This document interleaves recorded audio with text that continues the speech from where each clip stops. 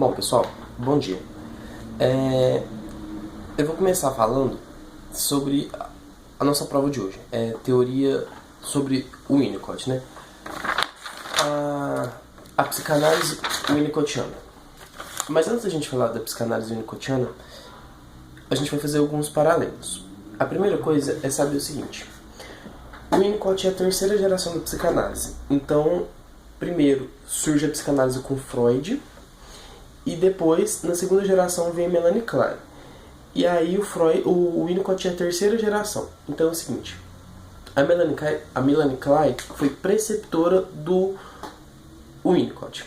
Então é o seguinte, o Freud desenvolve a ideia, e aí a Melanie Klein bebe da água do Freud, mas modifica algumas coisas.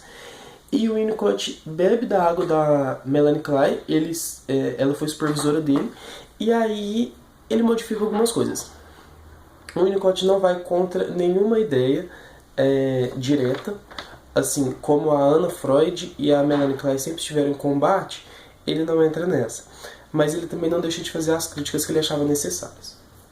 O Winnicott ele era pediatra e psicanalista e acompanhou muitos casos, mais de 60 mil, como a nossa professora sempre diz.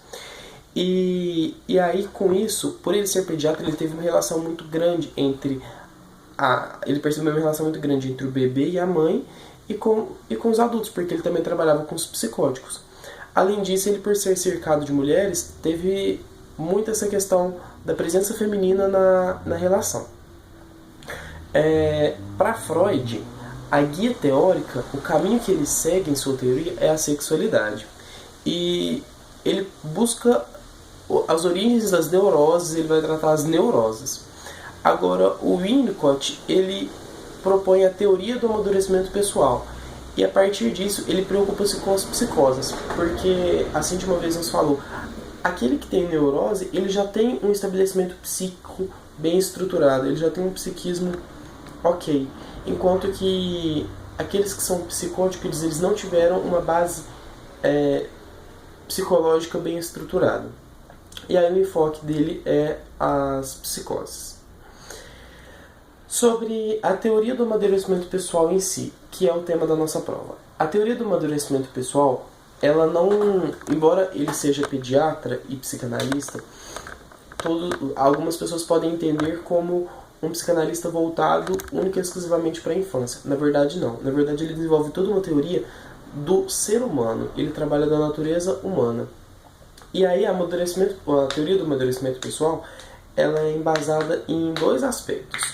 O primeiro aspecto é o potencial inato e o segundo é o ambiente facilitador. O que é isso?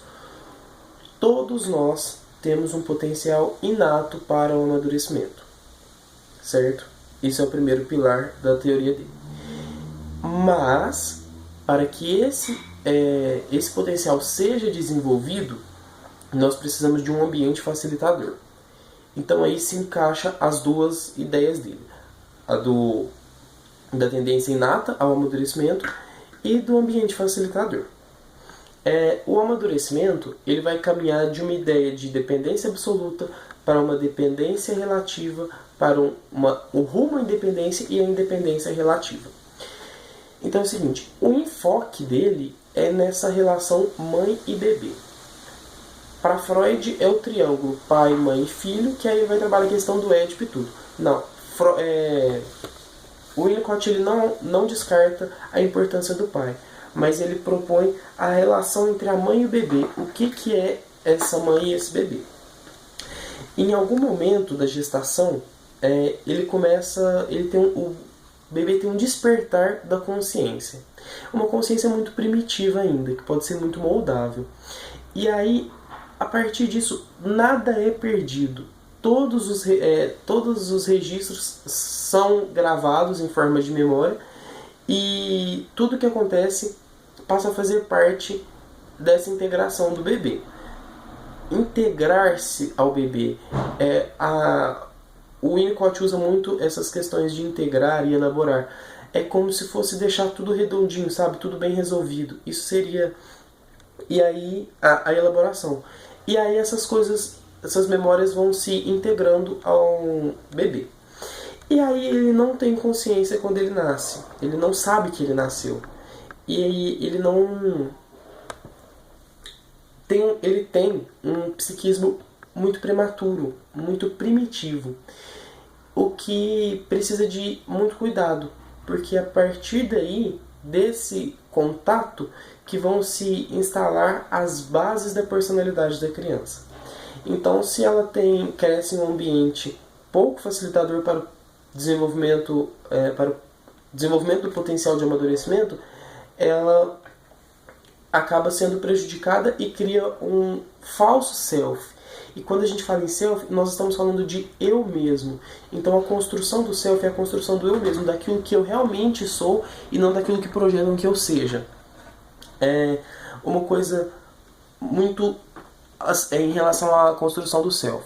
Às vezes a criança tem um potencial enorme para ser arquiteto, ela tem muita vontade de ser arquiteto, mas a família fala que não vai ser arquiteto, que ela vai fazer medicina. Então, assim, o self dela é moldado. É como se a família quisesse construir uma nova personalidade em cima daquela criança. Entendem isso? Então, vamos lá. O amadurecimento pessoal é isso. Potencial inato para o amadurecimento. E o ambiente facilitador. E aí, a relação mãe-bebê. O que acontece? Nós precisamos levar em consideração o que a criança precisa. Ela nasce com dependência absoluta. E essa relação afetiva com a mãe, porque a mãe é anfitriã da criança no mundo. Então ela precisa recebê-lo para que ele se sinta bem. A mãe é o ambiente facilitador. E, inicialmente, a mãe e o bebê, para o bebê, são uma coisa só. Ele não percebe esse distanciamento entre mãe e bebê. Ele não sabe que ele existe ali, e na verdade ele só pode existir a partir da existência de um outro ser humano.